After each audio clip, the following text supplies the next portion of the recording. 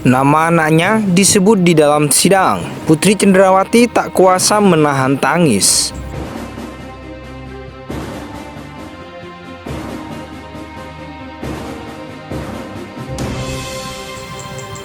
Pada siang hari, si Putri tidur di sofa di ruang tamu. Lalu kemudian datang Brigadir J ingin membopong, katakanlah seperti itu, mengangkat Putri untuk masuk dalam kamar.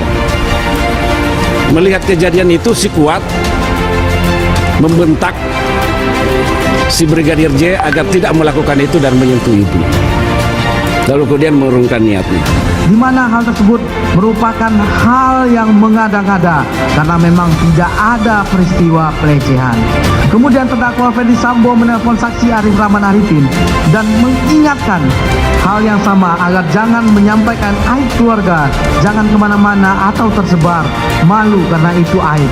Kemudian sekira pukul 19.00 WIB, saksi Arif Rahman Arifin menghubungi saksi Cuk Putranto untuk bertemu di Polres Jakarta Selatan, dan saksi Arif Rahman Arifin juga menghubungi saksi Rifaizal Samuel bahwa akan datang ke Polres Jakarta Selatan. Kami menanyakan peristiwa kekerasan seksual di Magelang. Ini menunjukkan Ibu P masih mengalami trauma ketika mengingat peristiwa sesungguhnya yang terjadi di Magelang, bahwa korban kekerasan seksual itu memiliki hambatan di dalam menyampaikan apa yang dialaminya, baik karena kekhawatiran, ketakutan, maupun pemikiran-pemikiran lainnya. Istri mantan Kepala Divisi Provisi dan Pengamanan Kadif Propam Polri Ferdy Sambo, Putri Cenderawati tak kuasa menahan tangis saat mendengar nama anaknya yang bernama Tibrata Putra Sambo.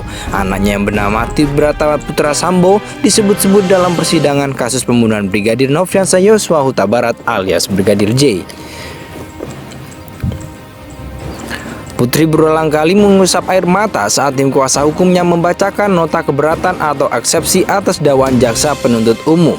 Salah satu eksepsi tersebut merujuk berita acara pemeriksaan Kuat Ma'ruf dan Susi yang menceritakan detik-detik peristiwa sesaat dugaan pelecehan seksual yang diduga dilakukan Brigadir J saat di Magelang, Jawa Tengah.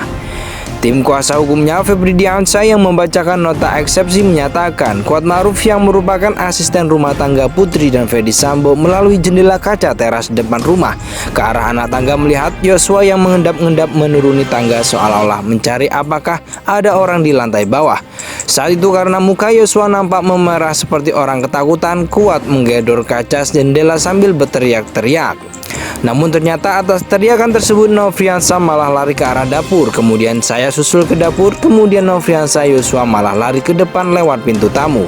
Sehingga saya teriak ke Susi, "Susi, lihat ibu, lihat ibu." Kemudian setelah Susi lari ke arah kamar ibu, Susi teriak-teriak menjerit dan menangis kencang sambil teriak, "Ibu, ibu, ibu," kata Febri membacakan nota eksepsi di Pengadilan Negeri Jakarta Selatan Senin 17 Oktober.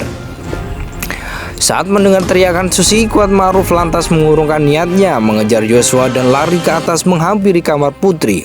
Saat tiba, Kuat Ma'ruf melihat Putri sedang terlentang di lantai depan kamar mandi dengan posisi kepala di tempat pakai kotor. Melihat hal tersebut, Kuat Ma'ruf lantas memerintahkan Susi ke kamar TPS, anak Putri dan Ferdy Sambo untuk mengambil bantal dan selimut. Kemudian Om Kuat naik ke tangga dan meminta kepada saya selimut dan bantal ke kamar Mas TPS. Lalu saya tidak berani masuk ke dalam pintu karena saya melihat pintu kaca tertutup dan mendengar Ibu Putri Cenderawati menangis, ucap Febri merujuk keterangan BAP. Lanjut, Susi tertanggal 10 Agustus 2022. Saat mendengar nama TPS tersebut, Putri tak kuasa menahan air matanya. Dia beberapa kali mengusap bagian mata kanan dan kirinya secara bergantian sampai pada akhirnya menutup berkas eksepsi. Sebagaimana diketahui, Putri Cenderawati didakwa bersama-sama dengan suaminya Ferdy Sambo melakukan pembunuhan berencana terhadap Brigadir Nofriansah Yosua Huta Barat alias Brigadir J. Putri disebut mengetahui rencana pembunuhan berencana itu tetapi tidak mencegah terjadinya perbuatan tersebut. Mereka didakwa melanggar pasal 340 KUHP tentang pembunuhan berencana subsidiar, pasal 338 Jungto, pasal 55 dan pasal 56 dengan ancaman maksimal hukuman mati, penjara seumur hidup atau penjara selama-lamanya 20 tahun.